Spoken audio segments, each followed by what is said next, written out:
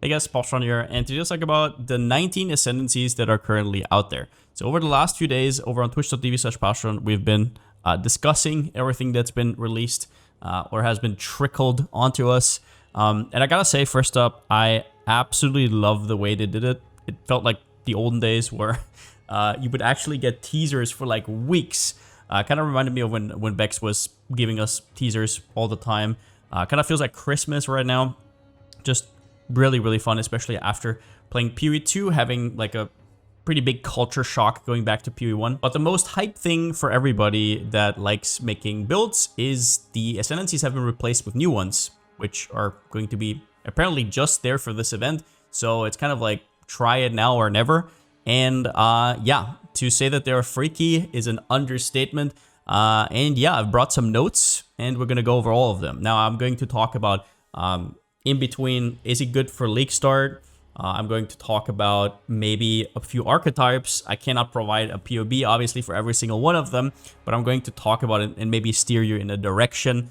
Obviously, I'm going to miss a lot of stuff. There is just infinite things, and I can only do so much. Not really anything special. So also take that into account if you are just interested in that kind of stuff, and there will be timestamps down below. Small note here, I really underestimated how long I would be yapping, so it's going to be split into two videos. The first one is going to cover Ranger, Marauder, and Shadow, and the next one is going to be Witch, Duelist, Templar, and Scion. So just keep that in mind, but let's get going. All right, let's start with the Ranger Ascendancies, starting off with the Daughter of Oshabi. And I'll tell you straight up, I don't think this is a great Ascendancy overall, but I think it's good as a league starter because it has some very early potential. However, in endgame, there's way better options in my personal opinion. So notes-wise, I'm just gonna leave this real quickly. I'm gonna do this in every section, I guess. But yeah, Shrine nodes are very interesting for league start progression. If you guys know the goal, this is an absolute staple for a lot of people who do, for example, clear speed builds that kind of lack a punch early. You kind of need to get through certain hurdles in the game, and getting these lesser shrines is just a really big deal. You get life, you get resistances, which overcaps you as well. You get movement speed. It is wild. And you also get increased effect of shrine buffs and increased duration of shrine buffs. Now, do remember that we do not have the Atlas passive tree this time around, so you're going to have less shrines in your maps most likely. So yeah, focusing on these lesser shrines is pretty good. It does have an internal cooldown though. This has a 20-second cooldown. I don't know if level 20 lesser shrine has less of a cooldown, but it is only on killing an enemy. So it's not going to help you against, for example, bosses. So I don't know how good that's going to be, but very good early. And Oath of the Magi, I'm just going to do this real quick as well. It's also very good early. Gives you 30% movement speed if you have nothing on your boots, and 60% all res if you have nothing on your helmet. The two other ones are like meh. But those early, if you just leave them open, which is pretty easy and probably something you would do regardless, yeah, you just get res capped and you get 30 move speed, which is just incredible. So an incredible Ascendancy in general, but then again, during campaign, you're not going to want to click that many shrines because you're like loading into new zones over and over, and those shrine buffs get lost. So it's not good for campaign. It's mostly for like early progression into maps. So yeah, we're already getting into a little bit of an issue here. Innate Blessing, this actually already exists on runesmithing stuff, and I think it's on staves actually. I want to say maybe war staffs, apply enchantment. I think it should be here. Yeah, gain a random shrine buff every 10 seconds. This already exists, and it is pretty bad because it doesn't inherit certain buff. I don't know exactly what it is. I think duration or buff effect, but it is just bad. And it also overwrites after 10 seconds. It doesn't stay. It overwrites the oldest buff. I don't know how this is going to interact with the enchant, but I've heard from people this is not worth an enchant. So I don't know. I haven't played with it personally. I've just heard this is pretty bad. In general, an issue here is that there's a better ascendancy for shrine stackers as well. There is obviously the Blunderbore build where you actually scale shrine effect with Blunderbore and you get lesser brutal, lesser massive, and whatnot. And yeah, another ascendancy actually does that better. So that's for the first batch of stuff. To the next node here that goes after Oath of the Magi, forest tracking. I don't know what they're doing with this. So obviously this is kind of like Dream Feather, right? This one only gives 1% damage per 450 evasion rating. This one gives 2, so it's kind of like 2 of them. But the problem is evasion stacking isn't really a build because there's not much to get from it. You get evasion, you get increased damage, but all the good stackers have multiple layers. Flat damage, crit chance, attack speed, I don't know, defenses that go beyond just evasion, right? Like that actually give you max hit. I don't know what to say about this. The best case scenario I can see for this is you have a normal evasion character. You get like 40k evasion and it gives you around 200% increased damage, which is still decent, but there's a few more issues here. For example, Roots of the Grove, which gives you poison, doesn't work with it because this is attack damage. It's not damage with attacks, which would work. This does not work. So we have shrines, which have nothing to do with this. This is only good for leveling. This is like not really an archetype. And then we have a lone poison node here, which maybe can combine with the wand node. You kind of see the issue here. It's kind of hard to pick up 4 points most of the time. Unless I don't see it. Unless I'm really underestimating these shrines nodes. I don't know.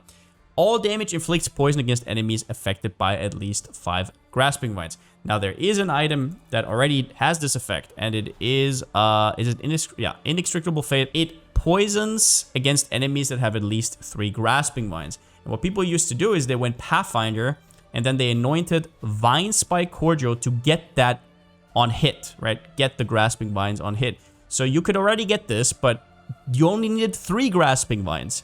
This time you need 5, and I heard already that it's a little bit awkward on 3, and on 5 it might be even worse.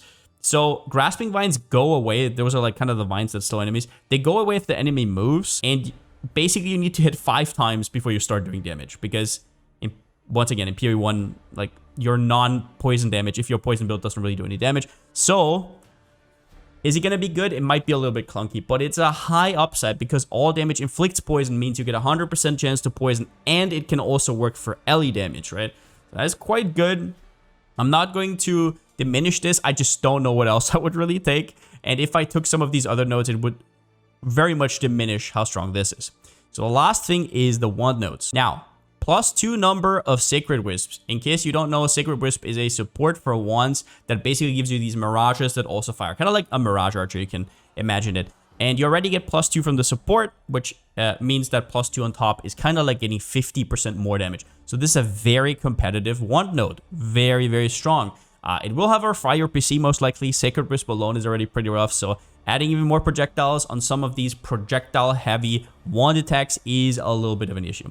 That's what I'm going to say, but it's a very strong node. Spell slinging, once again, doesn't really go with this theme. It is nice on wand builds to have a little bit less CDR, mana reservation for like utility stuff maybe, but this is really something that you would want for like a custom crit spell sling, hybrid or whatever, maybe like a DD spell slinger.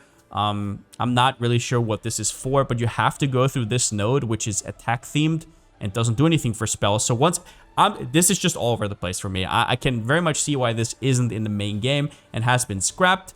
Weird Ascendancy, I can't see myself playing this. There's way more interesting things. On kill Ascendancies is a yikes for me.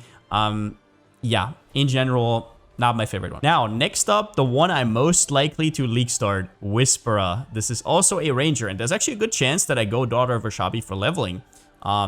Who knows? Now, this Ascendancy is all about mana. Not really, though. It has a lot of different things that you don't need to be a mana stacker for to be good, but it is kind of something you would like to be. We're going to start with the mana theme up top. So, first up, the notes I have for Whisperer right here. This is a Mana Forged Arrow Ascendancy, KB of Clustering. You have a replacement for the old Battle Mage's Cry Indigon combo or Strength Stacker or whatever. And, yeah. Deck stacking, Red Cage, okay. +1 maximum mana per dexterity. This is incredibly strong because intelligence, right, which usually gives you mana, only gives 1 per 2. So this potentially gives you double. And also for a lot of attack-based builds, which this is a very good ascendancy for, they lean more towards the right side. Even if you're a mana-based attack build, you can't really do much with like Arcane Surge effect or stuff like that on top. So it is actually quite nice to be here, have like bow nodes, maybe not as a wander particularly, but you get additional projectiles, you get spell suppress, and Deck Stacker has a lot of damage. It has pretty good scaling, so that's nice. That is the first node you take. All right, second node.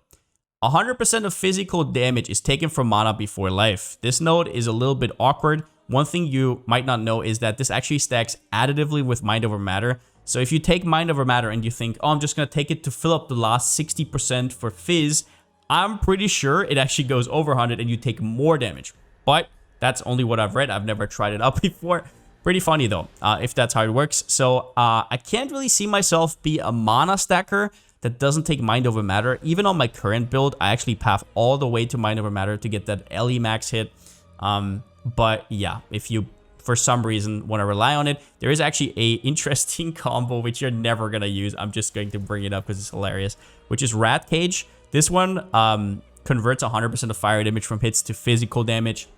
Probably a nothing burger, but I found it to be quite funny. I don't really like this, a little bit too conditional for my taste, but you can take it. We know all 50% increased mana cost of skills, which can be an upside depending on the build. Attack skills have added lightning damage equal to 4% of maximum mana, which is not that strong of an effect.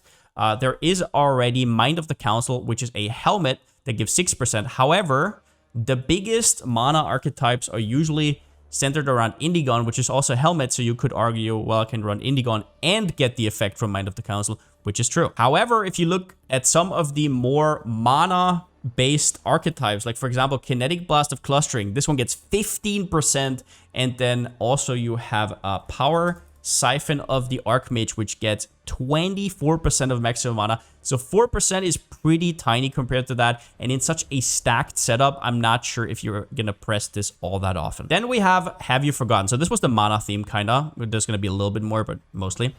Have You Forgotten? Projectiles from Attack's Fork. Oh boy, is this insane. It gives you projectiles, fork, and additional time. This is literally Awaken Fork. So, yeah. Not only, on some builds, this is completely broken. Not only do you save a support gem, this also saves you like 20 divines. And you can pick it at level 32. The implications are for what is league startable because of this, like Venom Gyre, Kinetic Blast of Clustering, Kinetic Bolt of Fragmentation, Kinetic Bolt. Like there's so many things that are ridiculous with double fork and Awakened Fork that this opens up. It's wild to me. And a lot of them actually do overlap with the mana theme, so that's pretty cool. But that's most likely what I'm going to at least start. Your Mind is Destroyed. Increase and reductions to spell damage also apply to attacks at 150% of value. This is very strong for strength stackers and very strong for certain Indigon builds. So if your skill does not inherently have that conversion, like for example, Kinetic Bolt of Clustering, which has 200%, you can get 150%, which you might think, oh, well, you can already get that on Crown of Eyes. That is true. But then you can't use Indigon because they're both a helmet. Kind of a doozy, right? So that is extremely strong to get from Ascendancy. All right, then we have Not a Word, 50% increased blind effect, 100% increased stealth, blind enemies on hit. Stealth is basically enemies detecting you. This is just not really how PoE is played, other than some weird things like maybe you can do this in heist, so you can just run by stuff. But in general, you're never going to pick this. Really, yeah. There is more. +4 to minimum frenzy, +4 minimum power, +1 maximum. Very strong, especially for casters, but this is more attack theme. So theoretically, you do have Blood Rage, and maybe you have a chance to get power charges. And this is not that big of a deal, but it's still quite cozy, and you save quite a bit of resources. You don't have to take those things, you just have it. Very nice, in my opinion. Usually a node I pick and also very good while leveling. Probably the first node you should pick because Frenzy Charges give you attack speed for your shield charge or leap slam or whatever. Breath Deep, 50% increased mana recovery from flash, non-instant mana recovery. Is also recovered his life. I don't really know what to do with this because there's nothing really to support this. Obviously you can't be Pathfinder with this, so I don't know anything from the top of my head. And then wait a little, gain 10 rage after spending a total of 200 mana. Now, you could do some weird stuff with, for example, Rage Vortex of Berserking. There it is. Yeah, that could be something. I don't know if it really fits into this category. Could do this, maybe Mana Stacker, Rage Vortex, or Berserking. Otherwise, there's just going to be a nice 30+% more damage for a lot of mana attack-based archetypes. Overall, I think this is an incredible Ascendancy. It will keep you afloat in early game. I'm probably still going to go Daughter of Oshabi for the movement speed, and maybe, I don't know exactly, but in endgame, this will be one of the strongest Ascendancies. And once again, let's go over my notes. Mana Forged Arrows is going to be really busted on this. Anything else to say? No, I think I basically said it all. Let's move on to the third Ranger Ascendancy, which is the Wildspeaker. Now, overall, I think this Ascendancy is quite strong because of one node in particular, which we're going to go over, and also the implications for Flicker Strike. But yeah, I think it is a very, very solid Ascendancy, and you're going to see quite a bit people use it. It also seems quite strong for leveling. Now, Above the Clouds and Feathered Scales. Let's start here. Grants level 30 aspect of the Avian, and it has no reservation. Aspects, you can only have one aspect as far as I know, just so you know. I did not know that before, but it might be important for this Ascendancy. So, aspect of the Avian rotates its buffs between movement speed and double damage.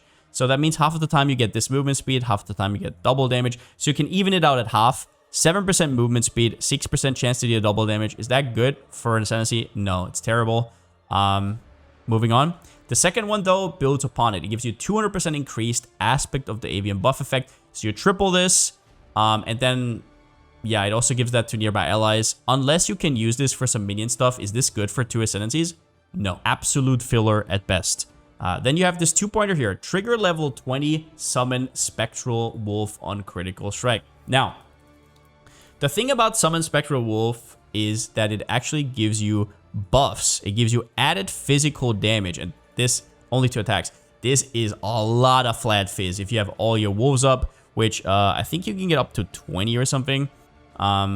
Yeah. Oh, 10. Okay. So you can get a lot of damage. That is all I'm going to say. However, if you want to use this for leveling, which is how this is usually used, for example, on the ring that's out there right now that has this, it's only on crit, which might be an issue early. If you want to level, you're not going to have much crit chance. So it's going to be a little bit awkward. And in endgame, I'll say this, if you rely on this buff, they die quite a bit unless they've buffed it. Now, this item, I think, exists on Rigwold's Crest, which isn't really there anymore. Let's see, Law of the Wilds or something? Yeah, Law of the Wilds.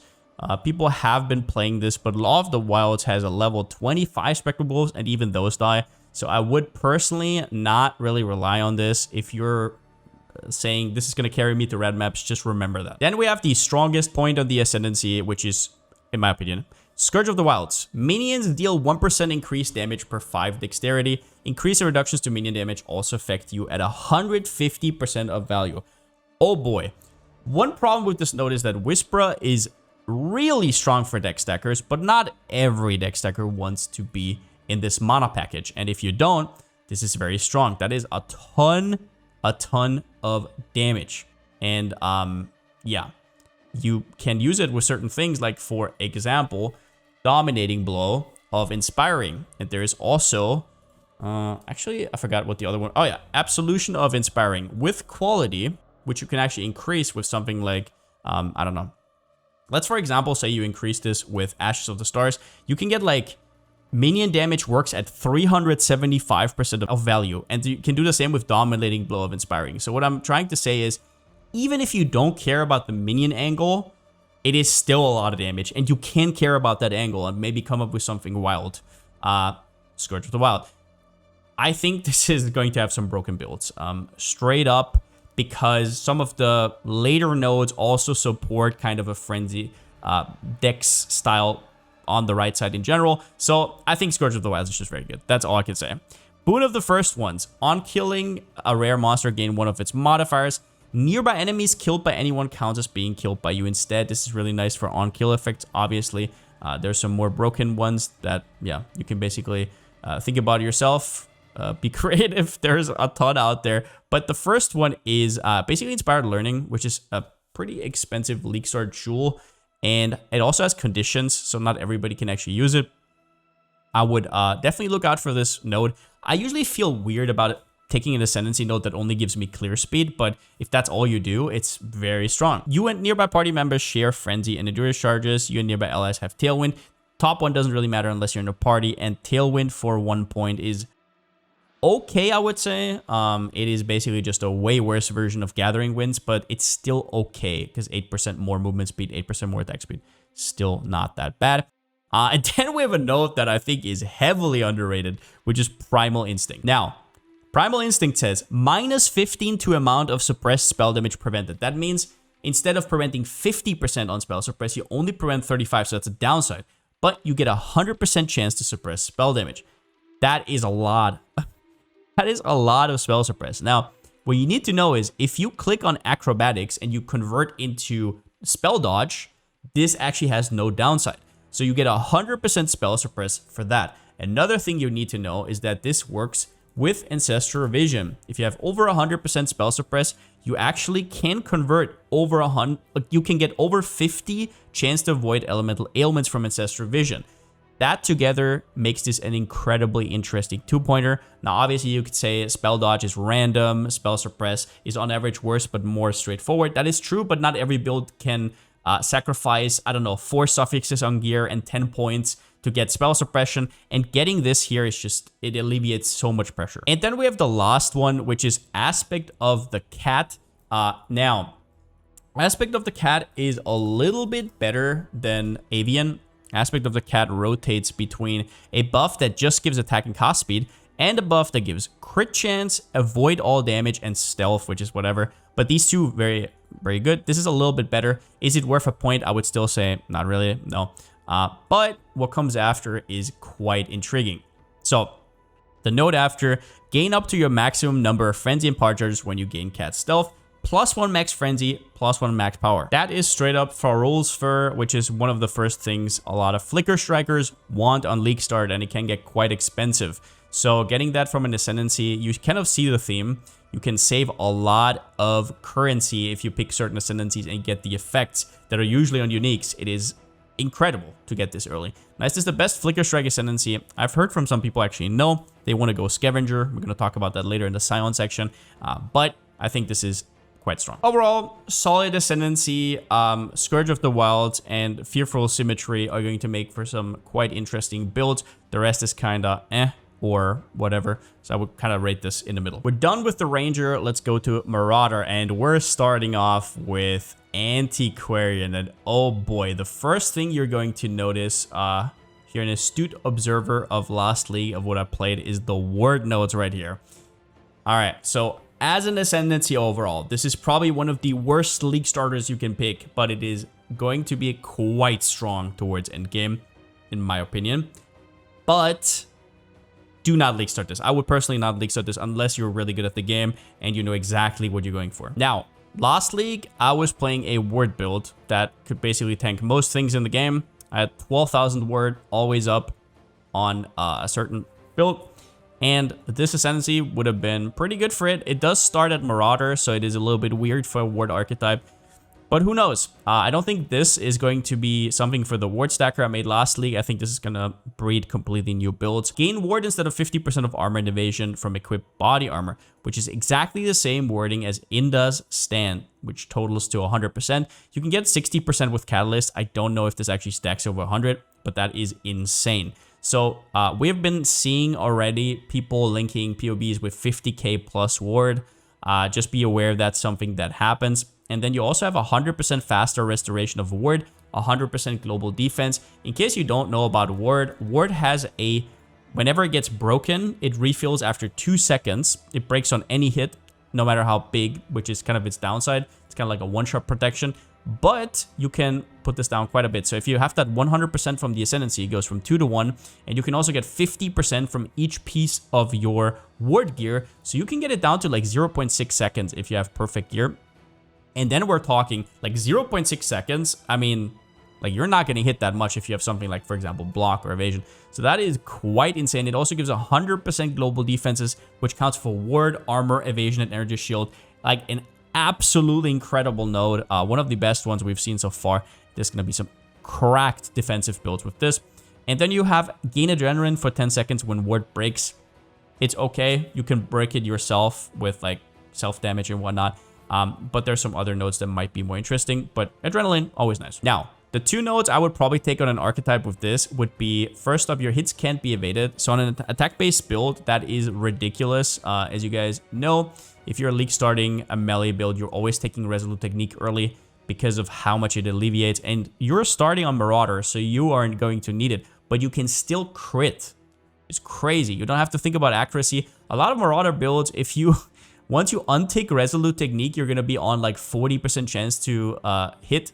And then you need so many suffixes and precision and whatnot to fix that. Not having to fix that is huge. 50% reduced dexterity is pretty rough though, so you have to compensate for that, which could be quite hard.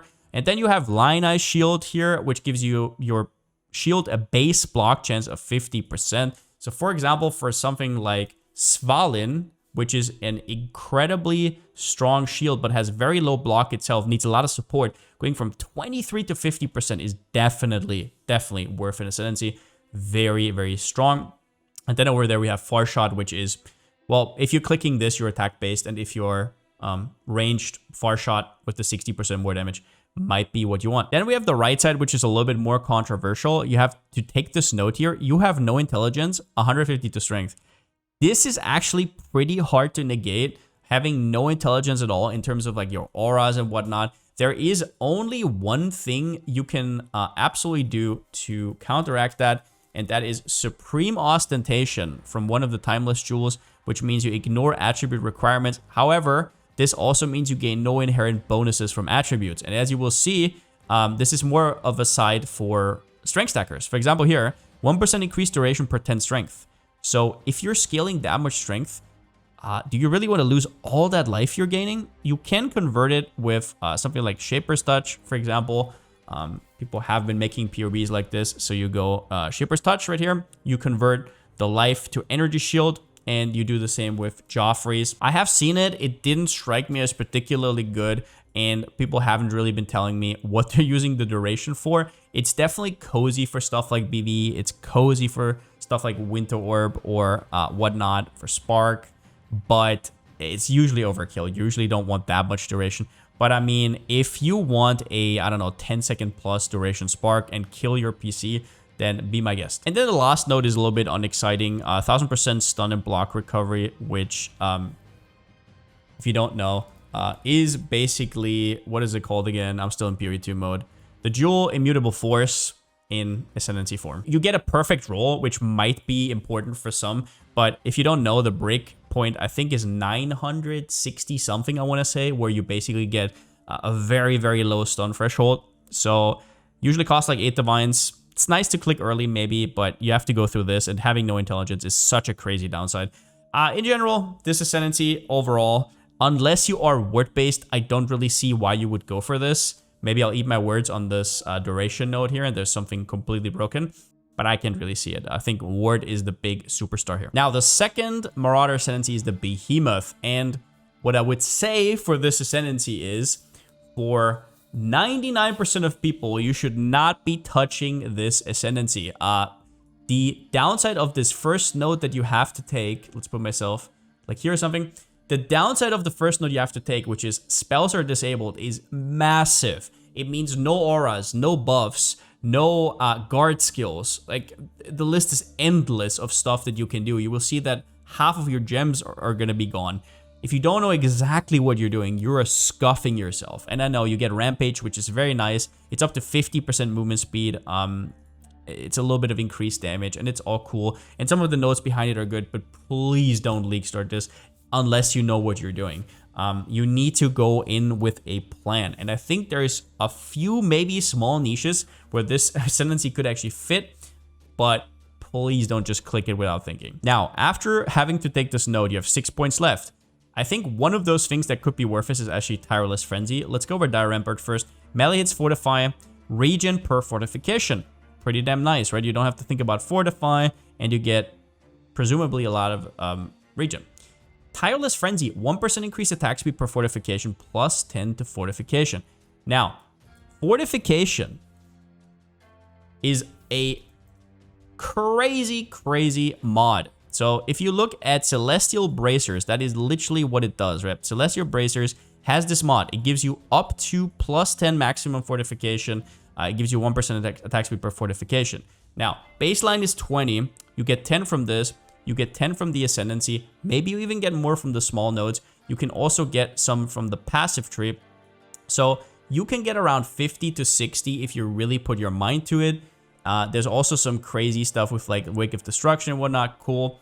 But Fortify gets better and better the higher it goes. And it is raw damage reduction. Per 1 fortification, 1% damage reduction. And it stacks up to like 90. So it's insane if you can make it work. And at 60 stacks, for example, you would get 60% attack speed and 60% from the gloves as well. So that is a lot of speed as well. And, well, clear speed, presumably. And then you also get 0.2 of life per fortification. I mean, on 10 stacks, that's 2%. So at 60, that's 12% regen. And you also get, I think it was 0.1 from this one here. Yeah. So you get 18% regen. So one of the downsides of Fortify is usually dots, and that counteracts it beautifully. There's also this node that I didn't even know existed. Reduced duration of ailments per fortification, which is a little bit too unreliable, but it's still nice to click in my personal opinion.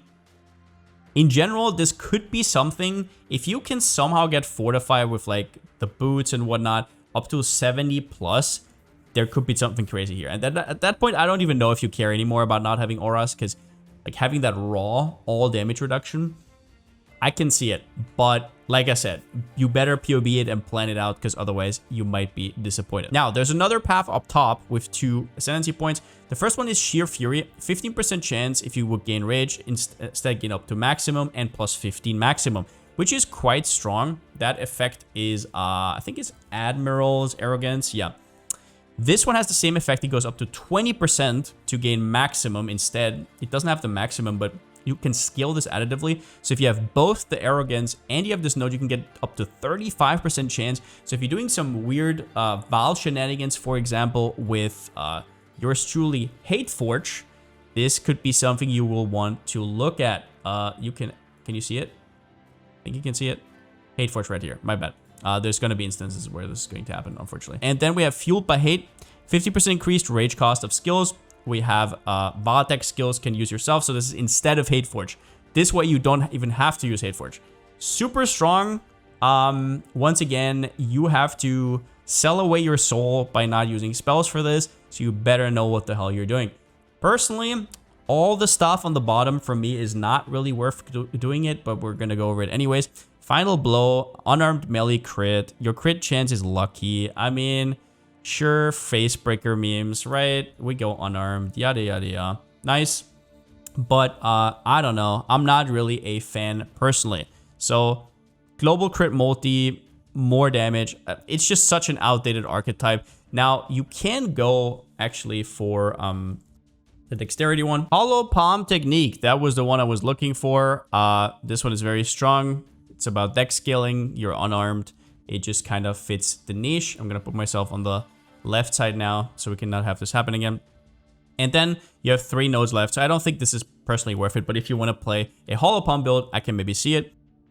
Now you have to take Mental Conditioning, plus 4 mana per 4 strength, Power of Purpose, which gives you 80% of maximum mana, converted to twice that much armor. I don't actually know. Some people have said Armor Stacker. Personally, since your spells are disabled, Armor Stacker without D-Term, without Grace, it just sounds kind of alien to me. I don't know if you can actually pump this up enough to ever make this work. I have not done the POBs. People have been doing the POBs. They say it's all right, but I can't see it in my personal opinion, but might be something. We then have Steel Willed, 2% increased attack damage per armor. So you have the armor support right here. So you could technically take all these points, which are very synergistic. So maybe that actually makes up for it. But remember, stackers are usually something you want to do for end game, or they at least have a ramp up time. So you do get the increased damage per 450 armor, super strong. Chance to defend with double armor. This was like a very conditional mod. I don't think it's too strong. Then we have armor also applies to chaos damage taken from hits, which you can already get from a body armor, but having it on Ascendancy is very strong. So this tight package here could be worth. You'd have to POB it. You gotta be prepared. Your spell skills are disabled. This is a rough Ascendancy to make work. I think that there is going to be some breakout builds from this because some of these nodes are kind of wild, even wilder than on some other Ascendancies, and a little bit risky, and I think they know that, and that's why they put this here. I would not be surprised if there's going to be an OP build, but don't leak start it, IMO. Now, last but definitely not least is the Ancestral Commander, and oh boy is this an Ascendancy right here. Jesus Christ. I'm gonna put myself on the left here, simply because these left nodes are kind of troll. I'll explain real quickly. So these are like trigger different spirit skills. I'm not even gonna go over them, because they're basically, there used to be one tattoo worth of node, and they're okay. Some of them are okay, but if you're on this ascendancy, you're never clicking this. Unless I'm missing something, you're not clicking these.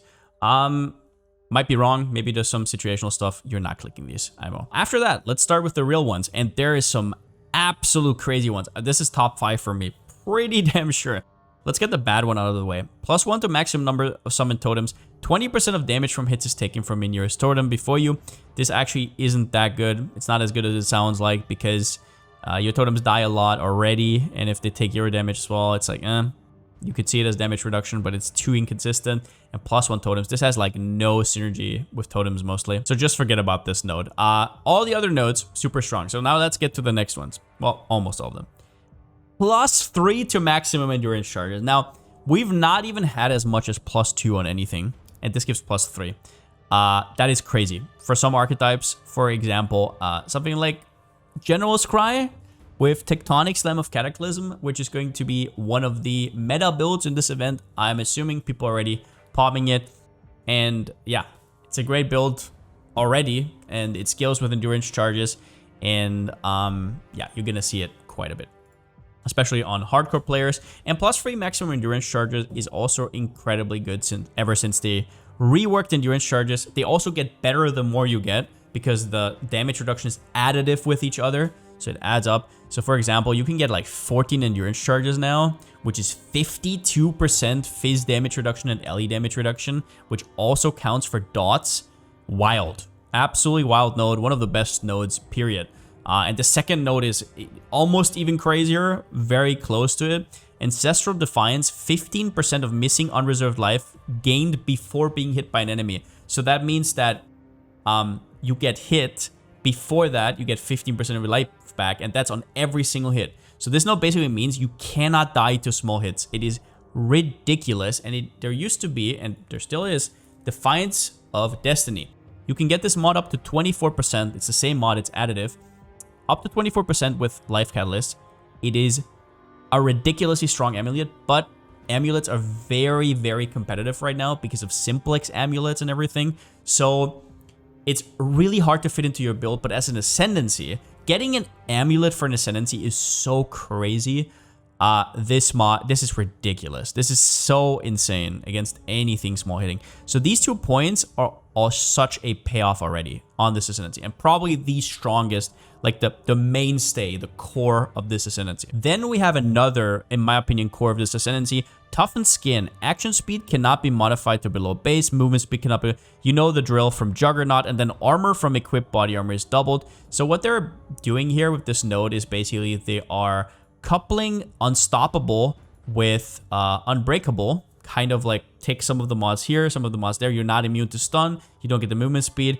You don't get the armor applies to chaos damage, but you get kind of like a mixture of both. Very strong node. Slows are super annoying. This is one of those nodes you take. You don't really see them all that much in PoB, but your gameplay is going to feel so good all of a sudden. This is a must-have mostly, unless you can't run it because of some other stuff. These free nodes already are such a strong start to this Ascendancy. Then we have a Call of the Ancestors, reduced Warcry speed, increased Warcry cooldown recovery rate. Now, there's 2 ways to use this. The first one is with Corpse Explosion from the next one. Nearby corpses explode when you Warcry, yada yada yada. There is a build about this. Used to be something back in Affliction. Used to have a little bit more damage, but we have more scaling now. And it's on an Ascendancy, so there you go. You can just get as much Warcry cooldown recovery as you want and just go ham on this. That is definitely a build. You can also use this 120% cooldown recovery rate on General's Cry. Now, you don't want to get too much cooldown recovery rate for General's Cry, funnily enough, because it's going to brick it. It needs to first spawn all its mirages before it should be procced again, and it's going to be auto-procced, so you can't really control it. So you don't want too much cooldown recovery rate, but one thing it does is it lets you path way easier. A lot of these Marauder builds really want to path like this, or maybe even path through here. They don't want to go up top, and what you used to have to do is go up here for the cooldown recovery. So you just save a lot of points. Really good. But we're not even close to done, because we have a strike, 2 strike related nodes. The first one really good, the second one garbage. Strike skills which target one additional enemy do so from 50% further away. This node is ridiculous. So you have your extra hits on your strikes on different enemies that go further away. So basically it increases your AoE, your targeting range. So if you stack this with the 40% from Sion's Ambition, and Ancestral Call maybe also has quality that gives this, you can get over double the range. It is ridiculous. And for example, for skills like Molten Strike, which do a lot of damage but have not that much mapping comfiness, this is a game changer of a node. Very nice. It doesn't really give any damage mostly, but it's just very comfy. So far, very good. This one here is a meme. I know it sounds really good. It isn't. Strike skills also target the previous location. There is an item that actually, I forgot how it's called, Warrior's Legacy. That's what it is. When this came out, I was super hyped. I remember buying this for like way too much. And then I tried it out and it's dog shit. So it doesn't really work like you think it does. I can't really describe it. It doesn't really use all your strikes. It doesn't do multi-strike. It's just bad. You should never take this, period. Unless they changed it for the event, which is very unlikely. And then the last node is Born Under Fire. Nearby enemies convert 50% of their physical damage to fire. We don't know what nearby means, as always. I'm going to assume on a lot of Ascendancies, nearby means like 60 range. So that's pretty cool. But yeah, it doesn't stack with physical damage taken as, just so you know. There is already a belt that has this. So that doesn't work. You can't get 50% elsewhere, then 50% here, and it's 100%. It's multiplicative with that, so it doesn't work. But if this is all, I mean, that is very, very strong, right? You convert it, it goes against fire res. Really good. Now, one problem with this Ascendancy is there's not much damage here unless you have something that scales with endurance charges, or maybe something Warcry. But like the defensive capabilities of this, if you already have a skill that's very strong in terms of how much damage it deals, for example, Molten Strike of Zenith or Molten Strike, getting the QL on the strike, getting all these defenses is all you need. I mean, in endgame, usually damage is not the issue, it's defenses. So having that figured out with your Ascendancy, boy, oh boy, this is a banger. Now, let's talk about Surfcaster here. This is the first Shadow Ascendancy. Boom, Shadow Surfcaster. Very strong Ascendancy from the get-go. You have Ghost of the Deep here, which gives you an array of just straight up raw mods. And while in endgame this might not be that crazy, although the movement speed never gets bad, this is probably the best node at level 32. You get your first lab, and this is just, I mean, it makes your movement skill faster, it makes you faster, like more damage. It's just so good. It's ridiculous.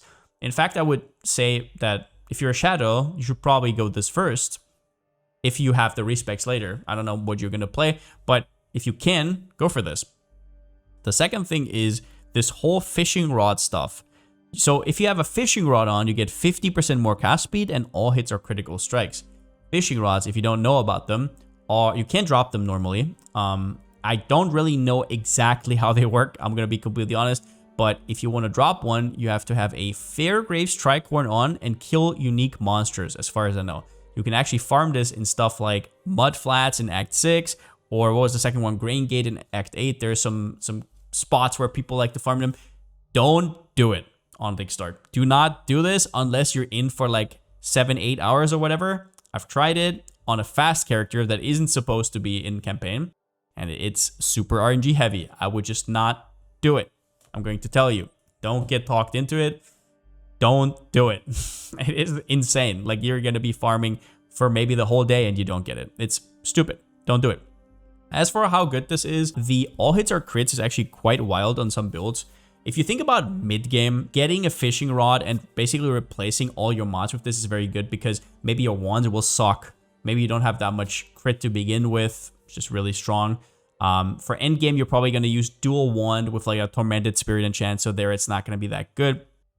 But where this really excels is actually Heralds. So if you look at Herald of Thunder and Herald of Ice, these don't have any inherent crit chance. So going from 0 to 100 is wild. Also, as far as I know, this should work for Explodey. So for example, in Pulsar or something, I don't know 100% though if this works for secondary damage, but that is wild and really good and might even be a build, potentially. Do note that fishing rods, you cannot craft other than cast speed, you don't get anything on it. Nothing valuable. 0. And it's a two-hander. And it can only have 4 links as well. So it's scuffed as hell. That is why these nodes are so good. They are balanced around you having a mediocre weapon. Cool node might be the more cast speed for something like Lightning Warp, potentially. Something that actually makes you faster, right? Pretty cool. Then you have, let's take the bad node. Brine Bound, chance to freeze when they hit you. This is just Arctic Armor. Seems really bad. Enemies you freeze remain frozen for at least 1 second is pretty decent, but on this Ascendancy, you're never picking this. Sea Legs is a 2-pointer here. 30 cold and lightning risk, critical strike chance increased by overcapped lightning risk, and then evasions overcapped by cold risk. You can do some stuff with Nebulous here and aura stacking with like purities, right? You overcap your resistances, you get a lot of increased damage. This is one of your payoffs, and it does kind of play well on the left side of this Ascendancy, which we're gonna go into next. So a pretty decent node, just needs a very specific niche. Now on the left side, we have the first node that you have to take in order to take all of these other nodes. It's Stormy Seas. 100% of lightning damage converted to cold damage. Your cold damage can shock. Oh boy. So, used to be that in order to have a conversion build, for example, an Aura Stacker, but there's others, you would need 2 Call of the Brotherhoods and then catalyze it with Elemental, and you would get 48 per, so a total of 96% conversion. Both rings are gone, and you don't even get 100%, and you still did it because you scaled Wrath, you scaled Hatred, you scaled everything, basically. This gives you that effect. So it saves you 2 rings, plus it says your cold damage can shock. Oh boy, is this a good node. Conversion mechanics have definitely gotten weaker over the years, and aura stacking has definitely gotten weaker over the years, but if there's anything that could revive it, it would be this. In fact, you will see a lot more nodes from now on that kind of take on the role of certain rings, but this node is premium. Even just your cold damage can shock can be up to like 30-50% more damage depending on your build. So just an absolute wild node. And you might notice that you probably don't have enough nodes on the right side to take. So if you can't really use this, then this Ascendancy is probably not for you. Okay, so you took that node and now you have access to all the other stuff. What is that other stuff? The first one is Changing Seasons. All damage taken from hits can chill you. The effect of chill on you is reversed. Now, that is what Winter Weave does. If you don't know, chill gives enemies up to 30% less chill duration, and if you get it on yourself, that's also a downside.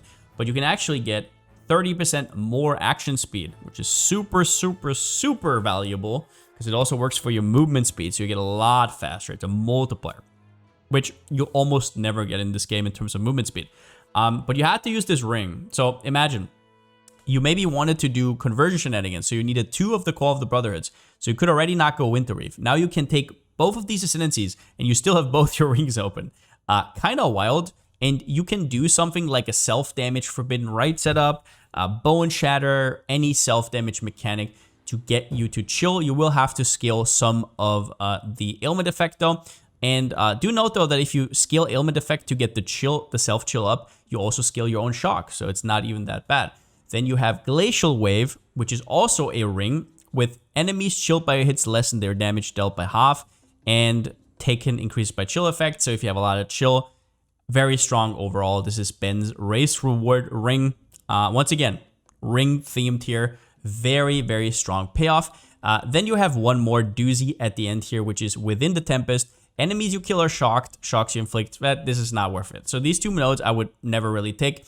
To round this out, the fishing rod nodes are kind of a meme, but might not be if you know what you're doing. Ghost of the Deep you can always chunk in here. Sea Legs, very solid. Overall, very solid to really good Ascendancy. I would say you can league start this, however, just because you have very strong upfront.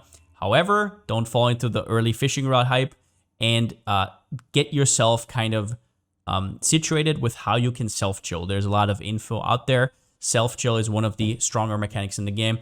And for something like a Lightning Arrow, a Lightning Strike build, and you want to be a fast mapper, this is your bread and butter. Now, the second Ascendancy for Shadow is going to be Servant of Arakaali. There you go. Okay, so let's start on the right here. The left side is more self-damage oriented. The right side is more minion oriented. Let's start on the left side. Grants level 30 Aspect of the Spider skill. After Aspect of the Spider has no reservation. Now, Aspect of the Spider at level 30 can give enemies up to 20% increased damage taken, which sounds really good on the surface, right? You get 4 stacks, you make them slower, and they also have increased damage taken. However, this is a chaos-themed ascendancy. You're not going for this ascendancy unless you're chaos-based. You just don't. And every chaos build has Wither, which has the same modifier, increased damage taken. This is additive with Wither, so this is never 20% more damage. This is at best like 10% more. Just so you know, it still does slow a little bit, but this is not a premium ascendancy. It's only a pathing node, and it is a payoff. Like, you have to pay by using this, which is not that great to begin with. But just telling you right now. The slow is not bad though. Silk Dancer, however, is ridiculous. It's definitely stronger than an ascendancy usually is. Enemies affected by your spider webs deal 15% reduced damage. Super good. Enemies affected have minus 15 all res, which is also chaos res, and reducing chaos res is super hard to do other than despair and like 1 node on the passive tree. There's not that much. You usually just use original sin or something, but that costs hundreds of divines. So yeah, Silk Dancer, super premium node. If you're going through this, you're doing it for Silk Dancer.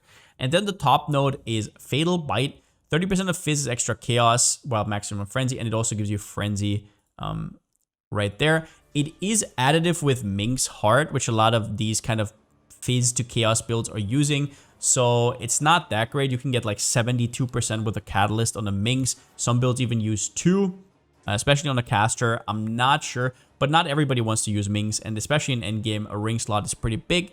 So getting 30% here and maybe just not going for any Minks could actually be a thing. Power Charge Sustain, pretty good. Oh yeah, I forgot. Whether you should League Start this Ascendancy, it's okay. I think if you're Chaos-based build, you can take this and you're not going to regret it. Mainly because of the next node, which is grants level 15 Envy skill. And oh boy, do I have news for you. Envy at level 15. If you can take this on your first lab, which is level 42. If you're an attack-based poison build, for example, and you're getting 101 to 141 at level 32, you're like tripling or quadrupling your damage. And you're gonna one-shot everything up to yellow maps. I'm just telling you, if you're any type of shadow, even if you aren't Arakaali, you can take this first and you're going to decimate everything. It's ridiculous. It also has no reservation. Straight up wild. I guess one more thing to mention is you can still have a level 25 Envy later, and that one also has no reservation. It's not tied to the level 15. But yeah, it's a wild node. It's one of the best leveling nodes ever. Also okay for endgame. Weaver's Contrition, Penance Mark is basically this thing that spawns enemy phantasms on bosses whenever you hit it. So it gives you some life gain on hit. It's basically just things to kill for you on bosses. So you can get on-kill effects going. You can get on-hit effects going on multiple enemies and whatnot. It's kind of nice utility. There is, however, already a ring that does that, just so you know. So it is okay. You gotta know what you do with it though. And then right side is more minion based. Skin Crawlers, chance to poison for minions is very premium, especially early. You can really only get this on a unique weapon or jewels, which are ghastly jewels, which is super hard to craft. And then you have minions. Actually, that's not true. I guess you can reforge chaos, but in general, they're not gonna be plenty early. Minions have 10% chance to inflict withered. One thing I will say is that that's very low, 10% chance. Like, a wither stack's only there for 2 seconds, and you want to stack it to 15, so that's 150 hits, unless you have skill effect duration or some other stuff. Even for something that has a lot of minions, that is a lot, like just a lot. And then chance to poison, very premium. So it's a good node. And then next we have, for minion build, we have Broodguard. Triggers level 20 raid spiders on kill, and we don't really know right now. This is what Arakaali's Fang does. We don't really know right now what the level 20 means, because Arakaali's Fang is level 1. But what you can do with Arakaali's is you can support it, because it has gems in it, so you can make it into a 4-link, basically. And you can also use Squire to make it into basically a 7-link that you can't do on this Ascendancy. It's a 1-link. So I don't know how much damage the level 20s are going to have. It's hard to say. One thing I do want to mention that some people don't know is the spiders actually have a buff for your attacks. They actually grant you 2% attack speed and 15% damage with poison. So with full 20 spiders, that's 300% poison damage and 40 attack speed. That's nothing to scoff at. But Do remember you have to go through these minion nodes, so it would be some weird hybrid setup. I don't know if that even exists. And then at the end, we have Neurotoxin here, which is minions have +5 crit multiplier per wither. So that is times 15. That's like 75 crit multi. And then they have base attack crit equal to your crit. Just so you know, a lot of people have been saying Trypanon, and that is true, right? You can have 100% crit, and that's what your minions get, but you do sacrifice both your weapon slots, and you get nothing else. Is that worth it? I'm not a minion guy. I can't tell you. Probably not. The main issue is that minions don't have a perfect agony, so this whole poison theme, I don't really understand why that would go that well with crit, but maybe I just don't see it. And also a good note here is that Replica Trypanon is just Trypanon but better. It also has the same Nothing Burger with the 100% crit, but it has better attack speed. So if you use something like Leap Slam, you're not going to be as slow. So overall, I would say a decent Ascendancy. Nothing really to write home about. Nothing that's going to be broken or anything like that, in my opinion. Probably bottom 5 to 7, whatever. Blind Prophet. This is my favorite, one of my favorite Ascendancies. For me, this is top 5 for sure. And it is the 3rd Shadow Ascendancy. If you want to league start this, however, you need to know what you're doing. I would not just go into this randomly. It has a lot of endgame nodes that really shine in endgame. And some of the nodes might not give you anything if you are... It's projectile based kind of, but it's not going to give you anything unless you know what you're doing. So this is a little bit more of a advanced Ascendancy. Let's go over it. Starting with the node you kind of have to take. I think these nodes over here you don't have to, but for almost all the other nodes you have to take this. So you basically have to take it. Sightless. Your base critical strike chance for attacks with weapon is 12%. You are blind. Now, 12% override is insane. We had this on Slayer with 8%, and it was actually played. It was not one of the most broken ones, but this overrides your weapon to 8, and it has some other stuff that is not that great. But that was the payoff of this, mostly. 8% base crit. There's some unique weapons that have 5% that are absolutely ridiculous, but they usually lack any crit, which, for example, Void Forge at 5% crit, very strong, and also Doomfledge, which is a similar theme at 5 crit. These are powerhouses that might have to be discarded because of the crit very often, because getting the crit back is too much opportunity cost. With this, they just start at 12. Whether your weapon is at 5, at 7, it's going to be set to 12. So stuff like what I just mentioned is very, very good. For example, think about a Void Forge going from 5 to 12. That is more than 100% more crit with all the percentages, right? So, insane. You are blind. Just so you know, the Pantheon does work for it as far as I know. There is a Pantheon that says cannot be blinded. Yeah. This does work with it. However, do note that this is on the bottom, so you need to kill, I don't know, this might be a tier 9 boss and actually collect it with a divine vessel, right? So this is not something you're going to be doing right out the gate. And if you think about this Ascendancy, you're going to have to take this pretty early. So early on, you're going to have to compensate for getting less accuracy and evasion. So that you're going to have to probably run precision, maybe you have to take some accuracy nodes. It's probably still worth, if I'm thinking about, like, you can take crit nodes very early. With 12 base crit, out of the gate, you can start taking some crit nodes and you're going to have pretty good damage multipliers. So this is pretty damn wild. Next up, directionless. Projectiles have 50% chance to return to you. Projectiles are fired in random directions. Oh boy. So you get half an Emis, which can be quite good for some archetypes and is one of the chase items. Costs usually hundreds of divines, and you can get half of it for an Ascendancy. Now, other than the obvious choices, basically just having it until you get an Emis, which is definitely makes sense.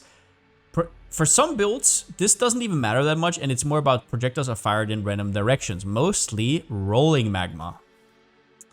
Rolling Magma basically jumps around, right? Like you throw it and it jumps, and it goes out. Any direction other than the direction away from you is good. So it can jump like boom, boom, boom, boom, boom. But it can actually overlap multiple times on enemies. So getting random directions is actually... Can get you very far on this. With quality and a level 21, you already have 6 times of bounce, which can hit the same target. And if you get multiple projectiles, then you can imagine. I actually made a build about this last league. It's ridiculously strong. So usually the problem with Rolling Magma is without the random directions, the build kind of sucks. So you had the situation where I need to get a 200 Divine Nemesis, otherwise my build isn't good. So yeah, you can't really league start it. Now you can league start it. So you could maybe do something like a cast on crit, because this only works for weapons, into a rolling magma or something. That was definitely something I was thinking about, and definitely something cool. You also get skills fired, 2 additional projectiles afterwards. Very strong. So this is the projectile based part. Then we're going to the bottom here. So these are still after Sightless, so you still have to take Sightless, the blind node. Restless. Non-aura curses you inflict are not removed from dying enemies. Enemies in your combat. This is basically what As Enough's does, right? It gives you explosions, As Enough's touch, and it's a little bit better though. As Enough's gentle touch, which is an absolute fan favorite for everybody. Getting explode, it's a 100% chance to explode, which is very rare nowadays, but is a very low explode. This one is 3%. This one is actually 5%. That is a lot better. That is like 66% more base damage on the explosion. Super nice. Just for the corpse removal in general, and for getting a little bit of extra clear, I think this is a super valid Ascendancy. Whether it's worth it for you to sack an Ascendancy for clear depends on your content, obviously. Then you get Faithless. Your curse limit is equal to your maximum power charges. This is Anathema. So as you can see, a lot of these ideas went into items. Anathema's effect. Once again, if you're going for a multi-curse setup, this is ridiculously strong. But you have to take the exploding note before, which might be an issue if you also want to take the ones on top. But okay, so this whole side here is very strong. I can see a lot of builds using a lot of these. But then we get to my highlight, which is Lightless. 5% increased maximum life per Bis Jewel and 5% increased maximum mana. I can definitely imagine a world where I go Shroud of the Lightless, which is pretty expensive, right? So there's probably nothing on League Start. Shroud of the Lightless gives you 3 max life, 3 max mana, and 4 pen per jewel, per Abyss Jewel. You can get like 20 Abyss Jewels. You can get this on gear. You can get it on your passive tree, on your cluster jewels. Let's say you have 20. That gives you, with the Ascendancy, 160% max life, 160% max mana, and 80 pen. Crazy. So if you're something like a hybrid attack, mind over matter, that uses its mana and its life, there's something to be said here. If you want to spend like a mirror or two on a crazy build, this might be the Ascendancy for you. Like